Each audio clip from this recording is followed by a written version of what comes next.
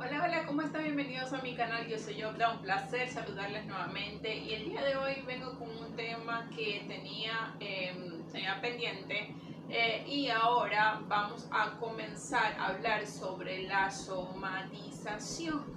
¿Es verdad que nuestra mente nos enferma? ¿Cómo lo hace?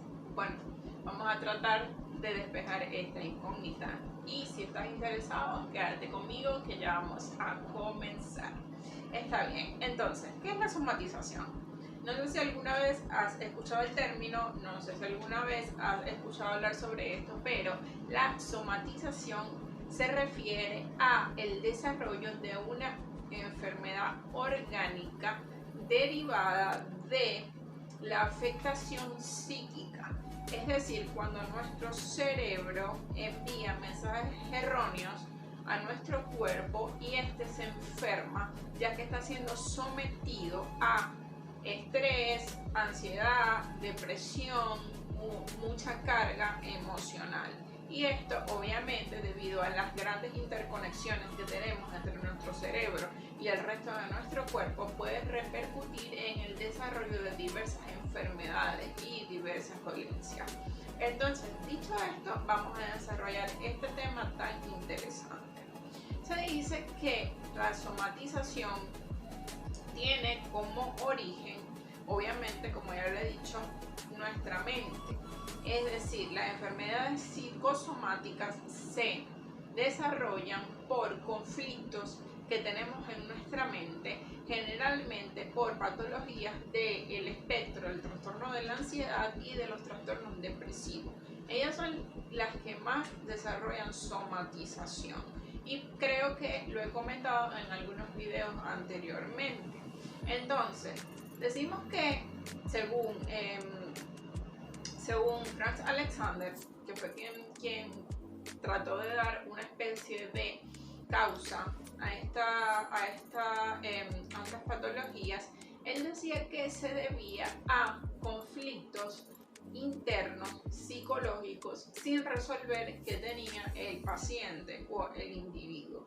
Es decir, una persona que tenía un trauma emocional o algún conflicto interno en su mente que no había terminado de resolver, entonces eso le causaba un estrés demasiado grande o una carga emocional demasiado grande, lo cual descontrola obviamente su sistema nervioso central, toda esa carga del eje hipotálamo hipoficiario, el sistema adrenérgico, diversos neurotransmisores, etcétera, etcétera, lo que va a desencadenar una respuesta a nivel orgánico generalizada, lo cual va a llevar a la persona a enfermar de diversas patologías.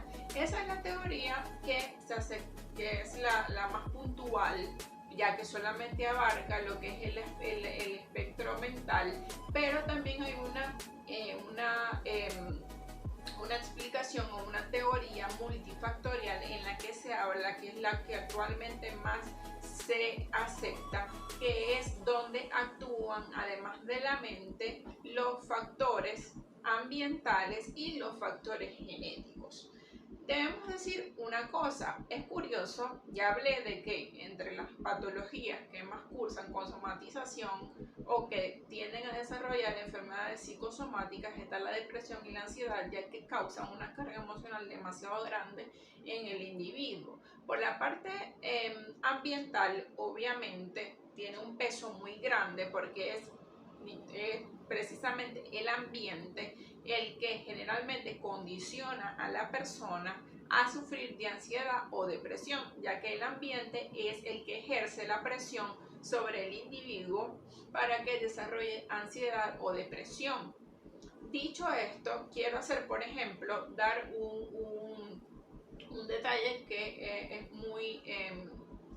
muy llamativo, y es que de los pacientes que de alguna forma tienen somatización, la mayor parte son personas de estratos socioeconómicos bajos y esto podría tener una explicación, o sea, no quiere decir que el dinero es la base de la felicidad, obviamente no estoy diciendo que las personas ricas y multimillonarias son quienes son muy felices y no somatizan enfermedades porque ellos no tienen ningún problema, y solamente las personas que tienen problemas económicos son las que tienden a somatizar. No estoy hablando de eso, simplemente que cuando una persona no tiene cubiertas sus necesidades básicas más importantes o se ve sometido a mucha presión para cubrirlas o obtener lo que necesita, se ve generalmente envuelto en mucho estrés, y eso tiende a generarle enfermedades psicosomáticas.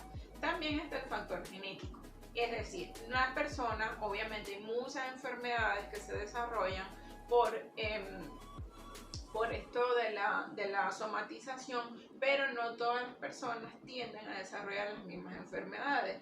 Por ejemplo, la artritis es una enfermedad que es muy común que la causa sea la somatización, pero la persona tiene que tener genes predisponentes para esa enfermedad. Igual pasa si el paciente tiene algún tipo de enfermedad cardiovascular. Por somatización también necesita tener una base genética, es decir, tiene que tener una predisposición a la enfermedad para que esto suceda. Entonces tenemos que las causas son multifactoriales, y entre esas están entonces el factor obviamente psicológico, el factor ambiental y el factor genético. Estas tres ligadas son las protagonistas de que el individuo forme una enfermedad psicosomática. ¿Y cuáles son las enfermedades psicosomáticas más comunes que puede desarrollar un ser humano? Bueno, les digo que el órgano blanco, el órgano favorito, el órgano estrella, por así decirlo, de nuestro sistema nervioso central es el aparato digestivo.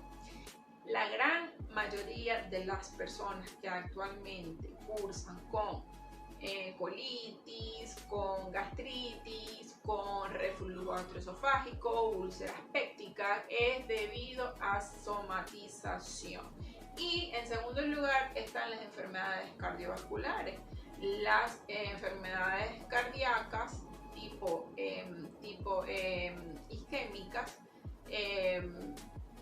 del músculo cardíaco, y la hipertensión y algunas arritmias son las favoritas, por decirlo así, de nuestro cerebro para enfermar cuando el sujeto está expuesto a una gran carga emocional. También tenemos obviamente otras en las que están, por ejemplo, el acné. Hay personas que pueden desarrollar acné por factores psicológicos. Yo, por ejemplo, voy a poner un ejemplo, a mí me encanta ponerme de ejemplo siempre. Yo recuerdo que cuando yo estaba estudiando medicina, la carrera de medicina es muy demandante.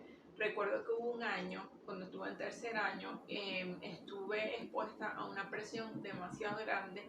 Estuve viendo varias materias que eran sumamente fuertes, y yo generalmente no sufro de acné. Yo soy una persona que nunca he sufrido de acné, y en esa época tuve un acné terrible, y fue por la carga tan grande de estrés que tenía por los exámenes, las exigencias, las materias, etcétera, etcétera. Entonces el acné es también producto muchas veces de la somatización del estrés o de la depresión. También algunas enfermedades endocrinas como la diabetes, la obesidad, también trastornos a nivel de las hormonas tiroideas también se puede observar, pero como digo, los órganos estrellas son el sistema cardiovascular y el aparato digestivo. Actualmente hay una disciplina muy importante, a mi parecer, me parece que es excelente, es la psiconeuroinmunoendocrinología, que puede sonar a trabalengua, pero lo voy a desglosar. Psico, de psique, obviamente, de la mente, inmunología, endocrinología, psiconeuro, inmuno y endocrinología.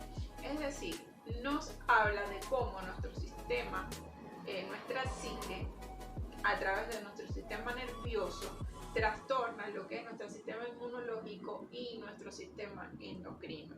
Y esto es muy importante recalcarlo porque está comprobado que las personas que sufren de ansiedad y que sufren de depresión tienen una disminución del sistema inmunitario muy importante. Son personas que se enferman, que tienen muchos resfriados, que tienen muchas aftas, les sale herpes, etcétera, etcétera, porque son personas que tienen un sistema inmunológico deprimido por la exposición a cargas emocionales muy pesadas. Es decir, según la psiconeuroinmunoendocrinología, la explicación es que el cerebro, cuando una persona está deprimida, por ejemplo, el cerebro lo interpreta como que la persona no quiere vivir. Entonces, ¿qué hace? Deprime el sistema inmunológico para inducir de forma natural la mente de la persona. Hay casos, de verdad, yo tuve una vez un caso, una mujer diabética necesitaba amputar, una amputación, porque ya había perdido la pierna. Ella estaba muy devastada por la situación, ella no quería ser amputada, y un día antes de la operación falleció naturalmente en su cama. Entonces son cuestiones bastante fuertes.